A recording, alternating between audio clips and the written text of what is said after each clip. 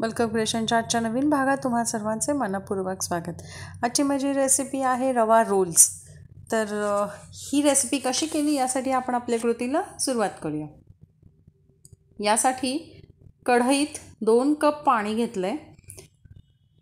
Measurement असं घ्यायचं आहे, 2 कप पाणी, 1 कप रवा, याच्यासोबत 1 टेबलस्पून तूप, आपण जे पिझ्झासाठी जे सीझनिंग्स वापरतो ते म्हणजे रेड चिली आणि ऑरिगॅनो ते घालायचं आहे, मीठ घालायचं आहे आणि याला थोडंसं उकळू द्यायचं आहे। हे पाणी उकळलं की मग आपण यामध्ये थोडंसं मिक्सअप करायचं आहे आणि मग आपण यामध्ये 1 कप रवा, म्हणजे ज्या कपाने पाणी घेतलं आहे त्याच कपाने रवा घ्यायचा आहे आणि असं हे मिक्स करायचं आणि एक 5 मिनटं वाफ द्यायची। मिक्स केल्यावर गॅस बंद करा आणि एक 5 मिनटं याला वाफ येऊन दे। हे बघा, हे थोडंसं असं घट्टसर झालं आहे, हरकत नाही जर असं घट्टसर झालं तरी पण।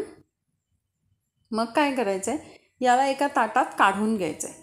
आता ताटात थोडंसं थंड व्हायला ठेवूया। थंड झालं की याला छान मळून घ्यायचं आहे, अगदी त्याचा एकजीव असा गोळा झाला पाहिजे। असे ह्याला छान एकत्र असं मळून घ्यायचं आहे आणि ह्याचे छोटे छोटे रोल बनवायचे किंवा आपण म्हणू छोटे छोटे बॉल्स बनवायचे, त्याचे सर्कल करायचे गोल। असे आपण याच्यात जेवढे होतात ना तेवढे सगळे रवा बॉल्स आपले हे असे करून तयार आहेत। आता काय करायचं आहे, आपल्याला याला वाफ द्यायची। मी जेव्हा हे करायला घेतलं होतं ना तेव्हाच मोदक पात्र ठेवलं होतं, म्हणजे स्टीमर ठेवलं होतं। तर वरचं जे भांडं आहे ना मोदकाचं, म्हणजे उकड काढण्यासाठी, त्यातला मी तेल लावून घेतलं आणि त्यामध्ये मी जे रवा बॉल्स आपण केलेले आहेत ना, रवा रोल्स, ते सर्व ह्यामध्ये एक 5 ते 7 मिनटं आपल्याला याच्यात उकडून घ्यायचं आहे।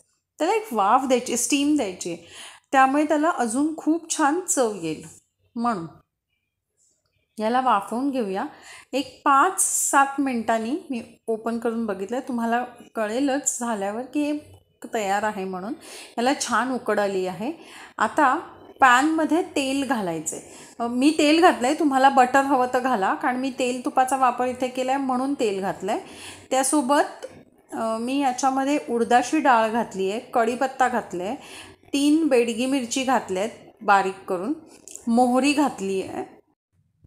असं सगळं हे घालून झालं की मग याच्यामध्ये आपल्याला हळद घालायची आणि थोडीशी कोथिंबीर।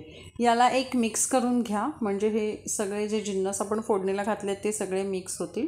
हे सर्व मिक्स झालं की परतून घ्यायचं आणि मग यानंतर परतून घेतल्यावर त्याला जाळायचं नाही आहे, म्हणजे थोडंसं परतून घ्या पटकन आणि मग ते चीज बॉल्स आपण सॉरी जे रवा बॉल्स केलेत ना ते त्यामध्ये घालून त्याला परतून घ्यायचं।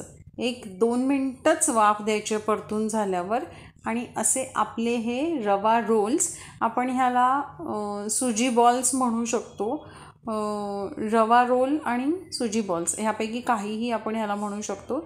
असे आपली ही मुलांचे टिफिनसाठी म्हणून रेसिपी तयार आहे। तुम्हाला माझी आजची रेसिपी कशी वाटली कमेंट बॉक्समध्ये नक्की कळवा।